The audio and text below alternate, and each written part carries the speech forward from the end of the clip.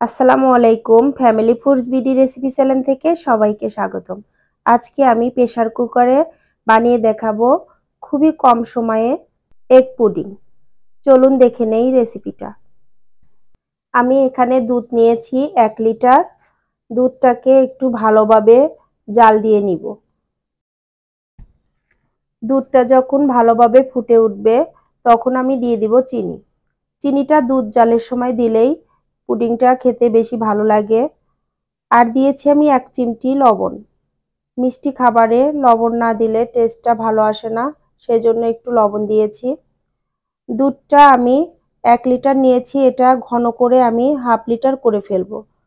দুধটা কম জাল দিয়ে নিলেও পুডিংটা হবে, সেক্ষেত্রে ডিমের পরিমাণটা একটু বেশি লাগবে। তবে দুধটা ঘন করে নিলে পুডিংটা টেস্টটা ভালো আসে। দুধ জাল দিয়ে নেওয়া হয়ে গেছে, এবার আমি ক্র্যামেক্স বানিয়ে নেব। চুলায় আমি একটা কড়াই নিয়ে নিয়েছি, 1/4 কাপ চিনি দিয়ে দিয়েছি আর দিচ্ছি পানি। 2 টেবিল চামচ পানি দিয়ে নিয়েছি। পানিটা দিলে চিনিটা পুড়ে যাবে না, ক্র্যামেক্সটা ভালো আসবে। তো অল্প আছে আমি এভাবে ক্র্যামেক্স তৈরি করে নিয়েছি। যখন দেখবেন এরকম লাইট কালার এসেছে তখন চুলাটা বন্ধ করে দিবেন। কড়াইয়ের যে তাপ সেই তাপেই ক্র্যামেক্সটা হয়ে যাবে। ক্র্যামেক্সটা বেশি কালারফুল করতে যেয়েন না, তাহলে কিন্তু পুডিংটা খেতে তেতো লাগবে। এরকম সুন্দর একটা লাইট কালার যখন হয়ে যাবে তখন একটা আমি টিফিন বক্সে ঢেলে ছড়িয়ে দিব। এবার পুডিং এর জন্য ডিম মিক্স করে নিব। তার জন্য একটা বোল নিয়েছি।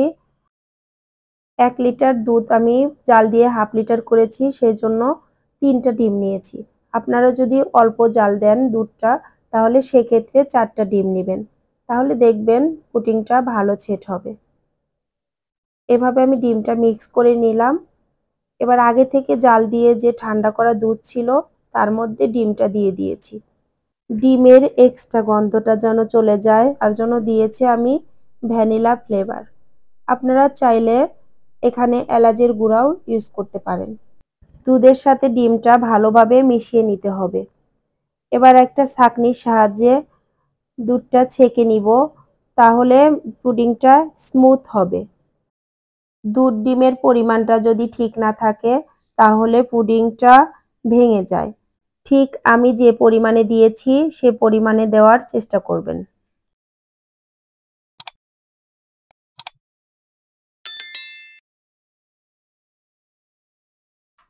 প্রেসার কুকারের ভিতরে একটা স্ট্যান্ড দিয়ে নিয়েছি আর এখানে পানি দিয়েছি আমি হাফ লিটার। এবার টিফিন বাটিটা আমি সাবধানে প্রেসার কুকারের ভিতরে রাখবো। খুবই অল্প সময়ে প্রেসার কুকারে এত পুষ্টিকর একটা খাবার বানানো যায় খুবই কম সময়ে। চাইলে যে কেউ ঝটপট বানিয়ে খেতে পারবে। এইভাবে আমি সিটি উঠায় নিয়েছি 8টি।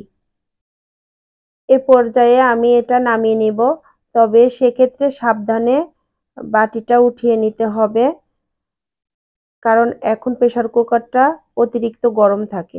আপনারা চাইলে এটা ঠান্ডা হয়ে গেলে সাবধানে বের করে নিতে পারেন। প্রেসার কুকারে রান্না করার কারণে খুবই দ্রুত হয়ে গেছে পুডিংটা। এবার আমি ঠান্ডা করে নিয়েছি। ঠান্ডা করে ফ্রিজে রেখে দিয়েছিলাম 4 ঘন্টা। 4 ঘন্টা পরে যখন পুডিংটা ভালোভাবে সেট হয়ে গেছে তখন আমি বের করে নিচ্ছি। খুবই সুন্দর কালার এসেছে পুডিংটা, খেতেও খুবই সুস্বাদু হয়েছিল। আমি সবসময় চেষ্টা করি আপনাদের সামনে খুব সহজভাবে রেসিপিগুলো বানিয়ে দেখাতে। আপনাদের যদি আমার এই রেসিপিটা ভালো লাগে অবশ্যই আমার চ্যানেলটাকে সাবস্ক্রাইব করবেন, লাইক, কমেন্ট বেশি বেশি শেয়ার করবেন। সবাইকে অনেক ধন্যবাদ।